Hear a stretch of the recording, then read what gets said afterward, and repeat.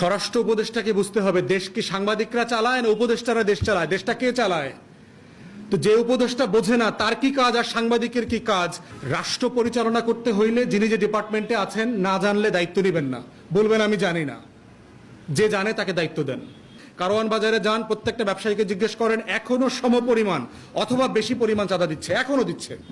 শুধুমাত্র চাঁদা দেবার লোক পরিবর্তন হয়েছে, আগে আগে এই লোককে দিত, এখন এই লোককে দেয়। শুধু ব্যানার পরিবর্তন হয়েছে, চাঁদাবাজি পরিবর্তন হয়নি। যারা যারা এটা হ্যান্ডেল করতে পারছেন না দয়া করে পথ ছেড়ে দেন। অযোগ্য ইউজলেস লোককে দিয়ে অন্তর্বর্তীকালীন সরকারকে ডুবাবেন না। আমরা কিন্তু অন্তর্বর্তীকালীন সরকারের পক্ষের মানুষ, আমরা তাদের শুভাকাঙ্ক্ষী। আমরা চাই এই ফ্যাসিবাদ বিরোধী আন্দোলনের পরে রক্ত দিয়ে যারা ক্ষমতায় এসছেন তারা সফল হন, কিন্তু অনেক উপদেষ্টাকে দেখতে পাচ্ছে তারা এই অভ্যুত্থানকে ধারণ করেন না। এই অভ্যুত্থানের যে শাহাদাত, রক্ত, যে ত্যাগ, এটাকে তারা ধারণ করছেন না।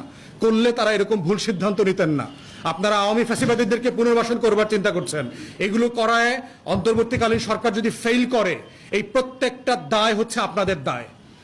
এই যে বাজার নিয়ন্ত্রণ করা যাচ্ছে না, কৃষি পণ্য আপনি দেখেন যে বেগুন বিক্রি হচ্ছে, কৃষক বলছে 60 টাকা দরে কিনে নিয়ে গেল, 11 টাকা দরে কেজি কিনে নিয়ে গেল।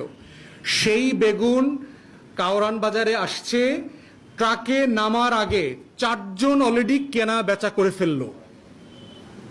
এই বেগুনটা ট্রাক থেকে 11 টাকা থেকে মাটিতে নামলো 120 টাকা হয়ে গেল।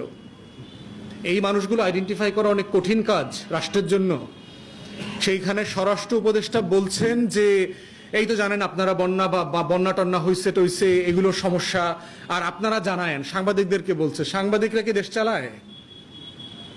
স্বরাষ্ট্র উপদেষ্টাকে বুঝতে হবে দেশ কি সাংবাদিকরা চালায় না উপদেষ্টারা দেশ চালায়, দেশটা কে চালায়? তো যে উপদেষ্টা বোঝে না তার কি কাজ আর সাংবাদিকের কি কাজ আমাকে জানান। এটা তো আওয়ামী ফ্যাসিবাদের আমলের বক্তব্য। ডিম খান, বার্গার খান, এটা খান, সেটা খান, ফ্রিজে রাখেন, ভাতের বদলে আলু খান, এইসব পরামর্শ তো আমরা দেখছি এর আগে। রাষ্ট্র পরিচালনা করতে হইলে যিনি যে ডিপার্টমেন্টে আছেন না জানলে দায়িত্ব নেবেন না, বলবেন আমি জানি না। যে জানে তাকে দায়িত্ব দেন। তাহলে এই যে ডিজিটাল বাংলাদেশের ফ্যাসিবাদের গল্প আমরা দেখলাম গত 16 বছরে, কি ডিজিটাল হয়েছে? কৃষকের স্বার্থ কি ডিজিটাল হয়েছে? সে যে মূল্য পাওয়ার কথা, সে যে ঘাম ঝরাইলো, রোদে পড়ে বৃষ্টিতে ভিজে, মাঠের গায়ের ঘাম মাথায় থেকে পায়ে ফেলে যদি ফসলটা ফলালে শুধু ন্যায্য মূল্য পাচ্ছে না।